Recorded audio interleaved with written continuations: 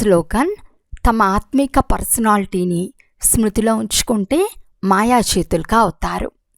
అవ్యక్త సూచన: స్వయం మరియు సర్వుల పట్ల మనసా ద్వారా యోగం యొక్క శక్తులను ప్రయోగించండి. ఎలాగైతే వాచ్ను ప్రాక్టీస్ చేస్తూ చేస్తూ మాటల్లో శక్తిశాలిగా అయిపోయారో అలా శాంతి శక్తి యొక్క అభ్యాసిగా అవుతూ వెళ్ళండి. పోను పోను వాచా లేక స్థూల సాధనాల ద్వారా సేవ చేసే సమయం లభించదు. అటువంటి సమయంలో శాంతి శక్తి యొక్క సాధనాలు అవసరమవుతాయి. ఎందుకంటే ఏది ఎంత మహాశక్తిశాలిగా ఉంటుందో అది అంత సూక్ష్మంగా ఉంటుంది. కనుక వాచా కంటే శుద్ధ సంకల్పాలు సూక్ష్మమైనవి. అందువలన సూక్ష్మం యొక్క ప్రభావం శక్తిశాలిగా ఉంటుంది. అచ్చా, ఓం శాంతి.